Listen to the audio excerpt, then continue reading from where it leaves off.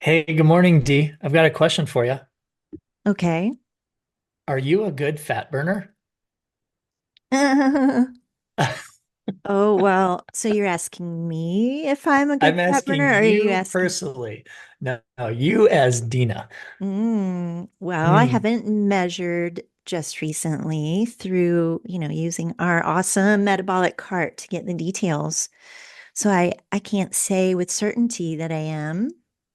And that is However, a perfect, no, I'm sorry for oh interrupting yeah, you. But that's actually a perfect answer. I'm gonna leave it there because this is truth. Yeah.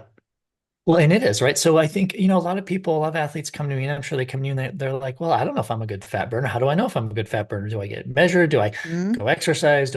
So today, listeners, we are talking about fat burning, particularly with females. And we're going to unpackage this a little bit. And I think you're going to really be interested in this.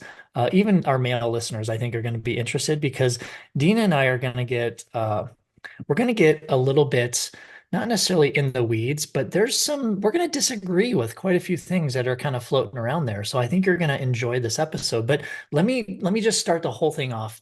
So listeners are like, I don't know what they're talking about, this whole fat burning, like what's going on. Obviously, we know what fat burning is, but there's a few more things that go on with this. So let me start. Let me just intro this episode by saying metabolic efficiency training, which most of our listeners now have heard of. It's a concept I created in the early 2000s, mid 2000s, actually, and really looking at how efficient the body can use its stores of fat and carbohydrate. So back in the days, check the Check. box. Thank you very much. Back in the days, it was known prior to metabolic efficiency training being created, it was known that our body uses fat up to an intensity of exercise of about 63 to 65%. So that means if you go exercise over 65% of max effort, could be measured as VO2 max or max heart rate, then you were burning more carbohydrate. Well, that is not true. And a lot of research has proven it. I've proven it. Dean has proven it in real life with our testing. It's just simply not true because nutrition affects so much of your body's ability to use either fat or carbohydrates. So that's where this whole metabolic efficiency training concept came about. And we know that there are different dietary strategies that you can do to sway one side of the pendulum or another. So you can basically say, if I want to teach my body to burn more carbs and store more fat, well, we can design a nutrition plan for that, and vice versa. If you want to teach your body to burn more fat and store more carbs, we can design a different nutrition plan. So, Dina, your answer was spot on. And if you were to ask me the same question, I don't know either because I haven't had my metabolic efficiency measured in a little bit, right? So, Yeah. the whole point of this, just D, to lead into this, is our basic ability to burn fat or burn carbohydrate better or worse is not innate. It is always changing. And not only from exercise, right? We know about 25% of the body's ability to use to use fat or carbohydrate as energy comes from exercise training, specifically aerobic training like that zone one, zone two. But the majority comes from changing your nutrition. Now, this is what I wanted to make a little bit more apparent is that this is a moving target based on what you're doing in your life at this point. But Dina, I feel like there's been a lot of things coming out recently with a lot of people, a lot of chatter, some research being cited that maybe females specifically are actually better fat burners irrespective of what I just mentioned, irrespective of their nutrition and their exercise training. So, can we kind of get into that just a little bit? Like, what's going on in this right now? Yeah, you're right, Bob. I mean, there are some statements being made currently about women at birth and going forward in life just already being good at burning fat. I mean, some of it is speculated to be tied to hormone differences, Mm, sex hormone mhm, differences. And some is just based on like the notion that our fiber types, our muscle fiber types are different than men. So these are kind of some generalizations being made, like women have more of those oxidative fibers, right? To therefore be, leading to I'm a better fat burner just because of my muscle fiber types. Again, we know that there are individual differences, genetic inputs, and things like this. And one of the other things I've heard, Bob, is like women burn through glucose before they start burning fat, which kind of contradicts even the notion like women are better fat burners, but that's there. Yeah. So these are some of the messages that are basically, and I know I'm generalizing as I repeat some of the messages being said, but being differences from birth, sex differences in the muscle fiber types and the muscle cells, maybe some mitochondrial differences. But then the point here is that therefore all women are better at burning fat. Yeah. And that's, that's actually, I was going to say something. I'm not going to say it. I'm going to ask you a question. Do you believe that statement? Like if someone came up to you, Dina, and said, "Oh, it's okay because all females are better at burning fat," what would you say to that statement? I mean, I would take a breath real quick, like, and then I'd say, wow, you just pigeonholed all, 50% of the planet into one Right. bucket. And Right. that I feel like takes away, well, I don't even feel that way. I know that takes away from so much in terms of genetic differences, individual differences, all these things that actually aren't factored in the majority of the research, which is that nutrition component. And then I have a whole long list of follow ons that I might add in if we have time to talk about it over coffee. Yeah, absolutely. Well, and it's good. I mean, it's a little more complex is the Yeah, response, very right? And it's complex. not that generalization. So Yeah.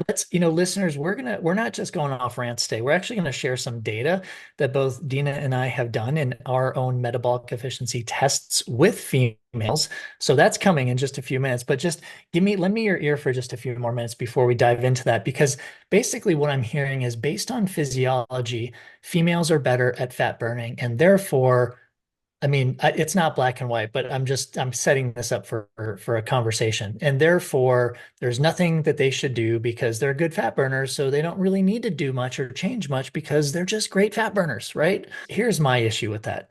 I mean, I have a few issues with that, but here's one of them. So here's my example. If physiologically I, Bob Siebehar, am predisposed because of genetics to cardiovascular disease, of which I am, right? And I have high LDL particle size, I have high ApoB, I have high, all the things that would predispose you to cardiovascular disease. Dina, does that mean I'm going to die from cardiovascular disease? No. No, it doesn't, because here's the thing. Just because my physiology and genetics and biology lend to those markers, those biomarkers from my genes, from mom, dad, grandma, and grandpa, whomever else down the line, I can make lifestyle changes. And that's what we're getting at. And that's what we've seen almost over 20 years ago, Dina. We've been seeing that if we make mostly nutrition changes, we can affect the body's ability to either burn more fat or burn more carbohydrate. Is that statement true? Yes. I feel like we're in a courtroom right now. I know. And I'm like, ooh, I didn't take the oath, but I mean, I am here. So yeah. But it's so true. Like I know you and I personally, and this is just N of one, and we're going to get a lot bigger sample size here in a second, listeners. So bear with us. But N of one, I mean, how many experiments have we done individually? I mean, I can only speak to myself because I haven't seen your data lately, but I can turn myself into a quote unquote better fat burner in 7 to 10 days. And then vice versa. I can go back to extremely high carbohydrate burning in 7 to 10 days only by dietary manipulations, right? I mean, have you Yes. seen the same thing with your own body? Yes. Oh, you have, and you're a female. Because I people know. are listening to me, they're like, who cares, Bob? You're not a female. But oh, wait a second. Dina's a female and she's seen these things, right? Yeah. And I just want to add something here too. Speaking of women, Bob, and like across the life cycle, there's some research that suggests that as women go into postmenopause, they become less efficient at burning fat. Mm, But I have seen, I mean, and even in my own self in postmenopause, I actually am not losing. Of course, there's so many variables to control right, for, right? right. But even that statement can be untrue. Yeah, absolutely. And, I think too, it's like, look at your life cycle. right? And again, we'll get into some more data here in a second, but are there times in your life cycle that you have been a less efficient fat burner, i.e., a better carbohydrate burner? Right. Yes. Yeah. Okay. I And mean, and again, was it's that all it's on a scale, right? And these things that we're just trying to make sure it's known is this nutrition component that's highly influencing. But there's so many other inputs, I would say, Bob, even though earlier you said, like 25% of the equation might be our training status, our exercise right? input, 75% nutrition. But I mean, there might be a few other things here we consider as we appreciate aging and the role of body composition, maybe stress hormones, and some of these other things that are Oh yeah, acutely for sure. involved. For But sure. yeah, So, I mean, is it safe to say that it's very unfair to take the physiology and say, oh, because the physiology of females is different than males, that all females are better fat burners? I mean, it's yeah, it's not the best, it's not the most accurate statement, correct? right, right. Okay. Well, let's get into sharing some data because I Hmm. know I geeked out on this. I actually, listeners, for you only, I looked at the past 5 years of my metabolic efficiency testing that I have done on female athletes. Okay. So I've got some data. I know Dina's going to share some data. I think it's going to be interesting, right? Because it kind of lends to like I went into this looking at my data, not knowing what I would find. Okay. Because, I don't commit these to my memory apps. But after I wrote these down, I was like, oh my gosh, Hmm. that's that's not what's being told right now, right? So Hmm. I think another point before we share this data, listeners, is to remember that, listen, testing is N of one. It is your biological organism that we are putting under the microscope, basically. So to generalize in a research study and to say all females are better fat burners, it's just not right because everybody is individual. So let's start with that, right? Because I do think that's very important. And remember, just like I said earlier, we can change our metabolic efficiency literally in a couple weeks. We usually like to say about a month or so because of the behavior change concept, but or our path with that. But I do want to Hmm. just make sure that we are understanding that this data can also change very quickly through nutrition and exercise interventions. Okay. I wonder, Yeah. Bob, real quick before you get into data, if you want to just take a second to, for those who might be a little bit newer to this concept or the who cares piece, like Yeah. why would Like why? Yeah. yeah, and why would someone say women are already good at burning fat and being metabolically efficient or flexible, so therefore blah blah. Do you want to just make a couple statements around like the why about Yeah. caring about this piece and why we have to be careful of that statement? Yes, and let me know if I'm not answering your question, but I'm kind of hearing you like, what's the purpose of improving your body's ability to use fat as energy or quote unquote fat burning, right? Is Hmm. that kind of where you're Yes. going? Okay. Yeah. So there are many, many reasons for this. Number one, and this is probably the least one that's important, is to reduce or eliminate GI distress.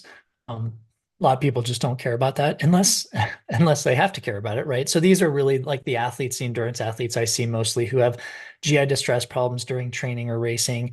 It happens. The prominence is 30 to 90% of endurance athletes have GI distress, but that's not the major one that I usually see in terms of the why or the who cares. So when we're talking about being more effective at using your fat as energy, it's really looking at like sustaining your energy throughout the day, not having your ups and downs in your energy curves or developing an energy crisis, right? Not having to depend on caffeine and sugar and not have to feel like your afternoon naps have to be in there and not having even like a lot of this is also directed on sleep, right? So the quality of sleep. But here's the thing that I want to really bring up too, and maybe it's just because, I'm aging too, so this is becoming more important to me with longevity, but to reduce the risk of a lot of chronic diseases, right? We know that the more insulin sensitive we are, which leads to, or which is a product of being a better quote unquote fat burner, because we're not asking our pancreas to always secrete insulin to reduce the high blood sugar because we're eating so many carbs. So basically it goes with this. The more you become a better fat burner, the better you control your blood sugar, which means you can actually become more or support more insulin sensitivity, which is actually one of the precursors to kind of ward off a lot of metabolic diseases that we're seeing later in life, diabetes, some cancers, some cardiovascular disease. So that's probably my biggest why right now. That covers the bulk of it. I think that helps sets the stage for, getting into some of the data here on women's specific metabolic efficiency states. Do you want to start with your data or you want me to launch into it? You go ahead, Bob. Okay, so I'm gonna reference my notes here as I'm looking down at my pad. Okay, so here is what I've done. The past 5 years, I've collated all of the metabolic efficiency tests that I have personally done on female athletes, and the sample size is 48. Okay, not huge, but decent, right? For the most part. Now, what I do not have is how many premenopausal, perimenopausal, and postmenopausal because I literally only started collecting that data a couple years ago. So please, I apologize for that for all the listeners. I just don't have that data right now. But here's what I do have. So by way of us opening this topic today and the assumption that all females are better fat burners, I'm going to show you real life, or I'm going to present to you real life data that absolutely disproves that. Okay. And this is again, N of 48. Okay, let's just see what happens. Now, what I'm going to break this data up into is different groups because 46% of these females that I tested, or 22 to be exact, were female collegiate gymnasts.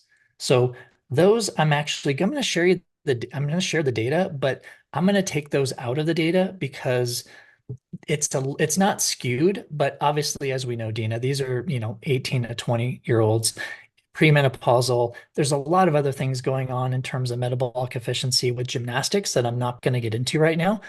But suffice to say, let me just share their data.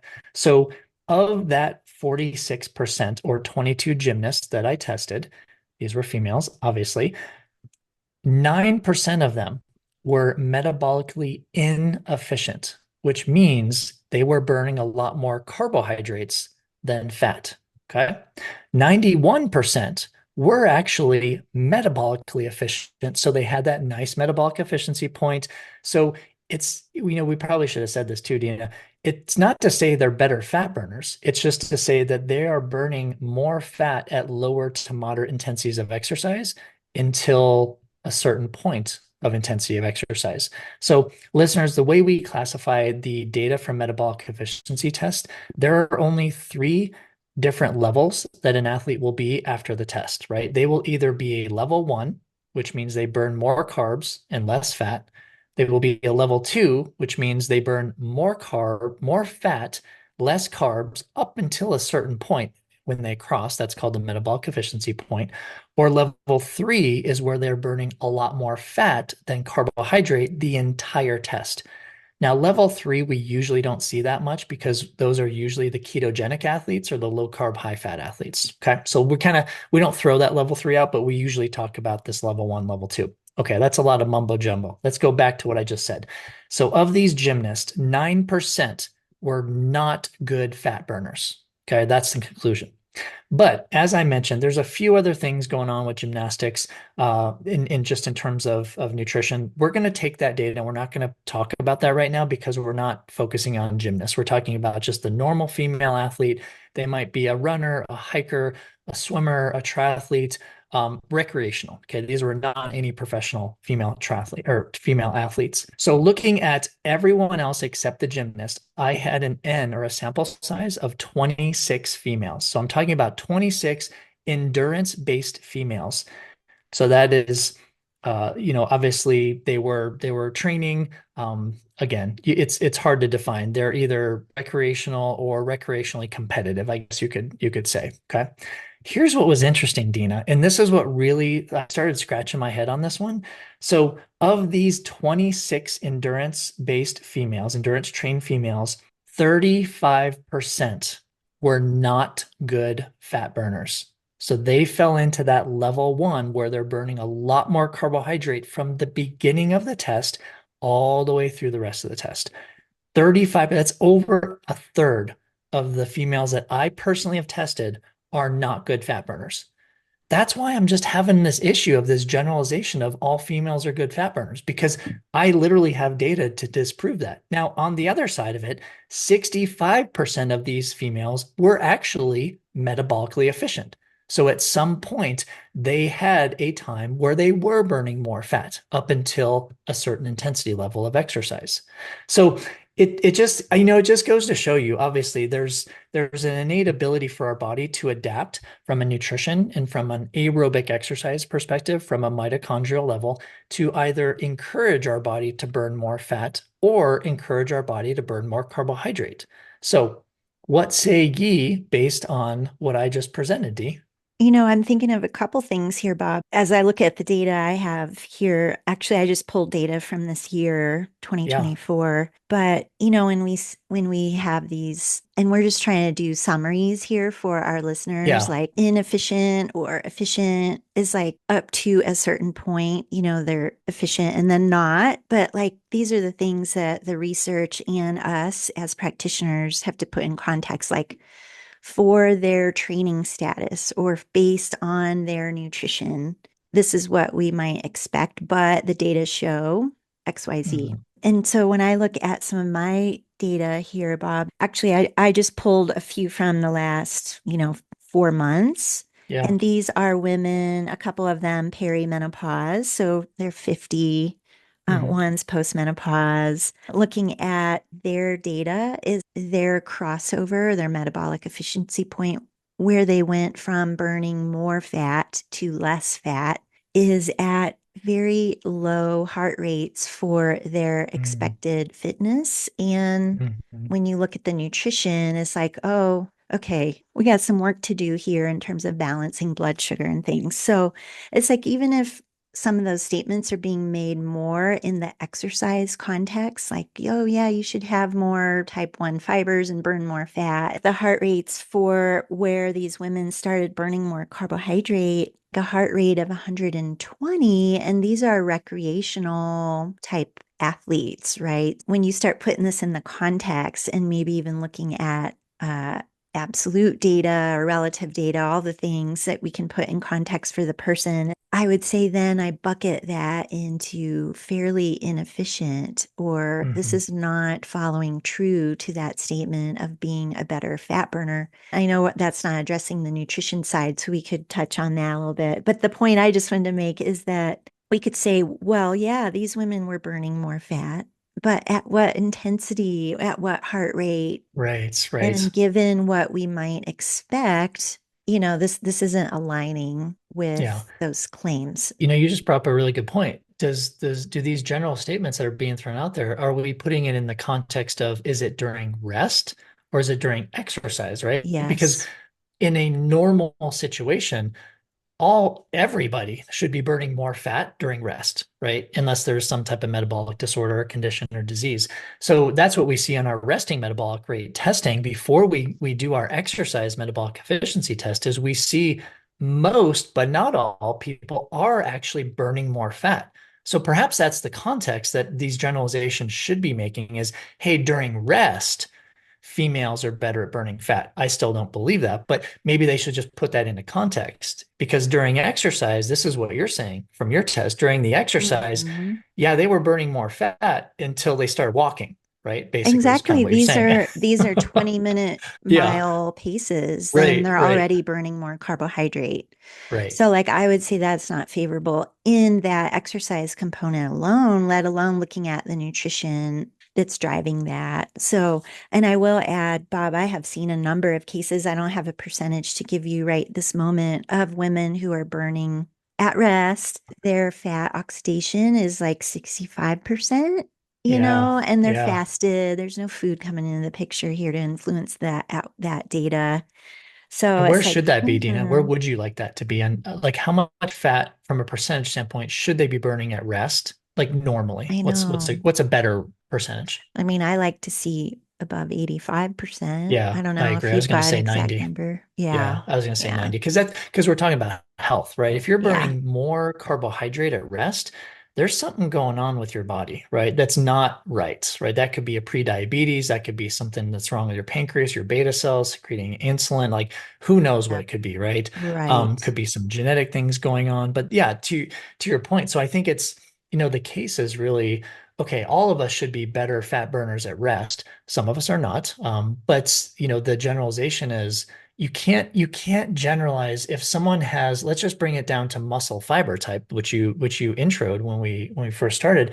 You can't type that if a female or a male, doesn't matter, has more type 1 fibers, you're going to be a better fat burner. No, you just can't, right? So physiologically, yeah, you might have more type 1 fibers, slow twitch, oxidative, that are better at using fat for energy, but it's the environment that you're creating. And the environment is not only your exercise training, it's also your nutrition, your daily nutrition. So the environment can change not your physiology necessarily, but it can change how your physiology works, right? So if you, Dina, have more type 1 slow twitch muscle fibers and we bank you on being more quote unquote fat, adapted, or burning more fat, but nutritionally, we're training you with super, super high carbohydrate diet, low fat, low protein. That is going to change the way your body reacts, right? So you are not going to be a better fat burner because the nutrition is going to trump that. Because as we've shown over decades, nutrition is the main driver in how your body uses the nutrients, fat or carbohydrate. Exactly, Bob. I mean, I think apologizing slightly to the listener that this broken record comment, but it's like you have to do the testing to know where you're at, Yeah, just like with blood work or whatever the case may be. There's so much individual input here. yeah. And so, yeah, I think if you're performance oriented, you're health oriented, you're just health span oriented, you're just a human. You've got to do the test here. Cause I mean, just looking at our pool of data here, Bob, which, yeah, isn't thousands of data points, but it's significant enough to see a range of human beings, and they're not all falling into one category. Yeah. And, I think where I get really heated and, my blood starts to boil is the generalization, right? And honestly, because there is research from 2017. I always quote it. And it was Asker Droop who led this research. And I think he studied over, it wasn't just female athletes, but it was over 1,000 athletes to see where their metabolic efficiency point was, right? And it was anywhere between, believe his data was 23% to 87 or 89% of max VO2, which just shows a high degree of variability among ages, among genders, among sports, right? We Yeah. know the body can be trained to be better or not so great fat adapted, right? Fat burners, if you will. And that's, I think that's what kind of rubs me wrong, D, is just like these researchers should know better because listen, your colleagues out there are doing the testing. Like, so do the testing before you give us some generalizations, because that is literally what you and I are doing in the trenches, Dina, is we're doing the testing. And that's why we're able to talk about this from a real life perspective and politely disagree with some generalizations. I mean, I'm not sure I have much more to add, Bob, because my blood is boiling a little bit. I feel like I'm going off right now, And but I'm very, very passionate about this I because I created know. this darn concept almost 20 years ago. And I'm like, when people are generalizing it and not using technology that we've literally had for what, 50 years now, i.e. a metabolic cart, whatever, like, come on. All right. I mean, that's just easy. And especially if you're a researcher, like you've got a lab, you've got, I don't want to say indispensable income, but you're writing grants. You have that opportunity where, we're fortunate to have athletes who trust us and come to us for this testing and to help guide their way. But that's the first thing we do, don't we, D? Like when we see their data, we're like, okay, what are your goals? What are we trying to achieve? Okay, first step, let's change your nutrition, right? To achieve the goals that you want to achieve based on the physiology that you are presenting with today. And we're not doing muscle biopsies. We don't care if you're type 1 or type 2, fast twitch or slow twitch. We don't care. We care about right now what your body is doing from a metabolic standpoint. And that is burning more fat and storing more carbohydrate, or burning more carbohydrate and storing more fat. We will get you whatever outcome you want to be at. based on dietary changes alone. I mean, this is a good point you just brought up that it's for some, there is maybe, performance reasons to, how shall I say, just be careful that we're not too good at burning fat. We want to still be able to True, oxidize true. carbohydrates to hit high intensities. But that I know is kind of, it's not conflicting with what you just said. Like we can burn fat at a high percentage of our VO2 max. It just, again, I think long story short, comes back to the individual and their specific goals and Yeah, for our sure. ability to manipulate nutrition and that exercise inputs being the primary drivers of what fuel to burn the most of at the right time. Right, right. So, listeners, whatever you do with this conversation today and the data that I presented, 35% of the endurance-based females that I've tested are not good fat burners. Whatever you want to do with the information is totally up to you. I mean, shameless plug, D, I'm going to recommend, picking up my new edition of my metabolic efficiency training book where I explain the different levels of the testing. I explain all of this in much more detail. So you can go to my website, you can go on Amazon now. It's available on Amazon. So if you want to learn more about this, I mean, Dina and I have so many episodes that we've discussed metabolic efficiency training on. You can go to our past show notes and our past shows, just go on over to insidesportsnutrition.com, easily find those and catch up. But I feel like the more information that is coming out now, it's confusing a lot of people. And that's kind of why we're here. We're kind of bringing the real life, bringing a lot of the science to real life. And sometimes you have to disagree. Sometimes you have to agree to disagree. But I will say this: I think it's not that science in the research is wrong. It's just they haven't put it in context sometimes, and I feel Right. like that's usually the case with research because granted, they're looking at very specific things, Yeah, obviously. Yeah. definitely.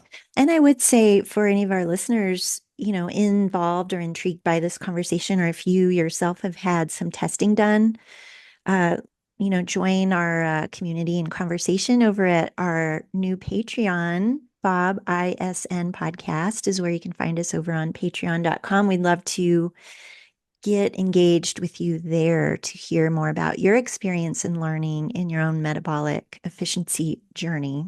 Wait, Dina, what's this about Patreon? What are we doing? Should we I talk know. I about that love more? our I new, don't feel I don't I feel like our know. listeners have heard about this It's yet. a new thing, Bob. Just launched here, patreon.com. ISN podcast is our new Patreon community where we've got a cool exclusive conversation going on. And depending on membership level, can participate in some bonus content with us and some extra special savings. Yeah, and I think, when you asked me the why behind this whole fat burning thing too, I feel like we should ask or kind of present the why behind why we're doing this whole Patreon community. And here's the thing, listeners. Listen, we decided long ago for our podcast that we're not gonna take any sponsors, no financial commitments. We don't want to be biased. We're gonna share the information, kind of straight shooter approach. But unfortunately, it costs money to do podcasts. It costs money to produce and hire people, great people to do our software, do our podcast, do everything. Shout out to Don. Thank you, Don, for all that you do. But yeah, all this comes out of Dina and I's pockets. We want to continue. We want to do all this, and we figured, hey, the best way to maybe do this was to create a community where you can have more access to us. And yeah, we are asking for a couple dollars a month, but with that, you will get kind of the unbiased, non-sponsored ISN Inside Sport Nutrition podcast for, who knows how many more years here. So yeah, I Yeah. echo what Dina said. Shout out to what we're doing now and head on over to patreon.com/ISN podcast. And listen, it's not just to support us, but you're going to engage more with us. So you get more of Bob and Dina. How cool is that? I know. And we could share our own testing data soon with our Oh, private yes, members. yes, absolutely. Oh, But that's a great idea, Dee. I like that. Hey, let's yeah. do that. Let's make that Okay. available with our gold community, our gold That sounds membership, cool. right? Yeah, we will give you our personal data that we've done. I've got so many of it of data. It's not even funny. I actually plan on doing quite a bit in this next year too, 2025, because there's a few things that I've got up my sleeve and some questions that I want to answer. So Hey. that's a great idea, Dina. Ooh, can I do one of your tests, Bob? Yes, you can. Because And maybe I could ask you although to test me because it's not yeah, so though fun doing it possible, on your it's own. it's really not. It's not. And then, depending on where you're testing at, like I do in a Yeah. physical therapy clinic, everyone's looking at you like, What's he doing on the I treadmill over there? Like, know. nobody's pushing buttons. Exactly. All All right, right. listeners. Well, Dina, anything else to add to this very No, enjoyable episode? I think that wraps it up.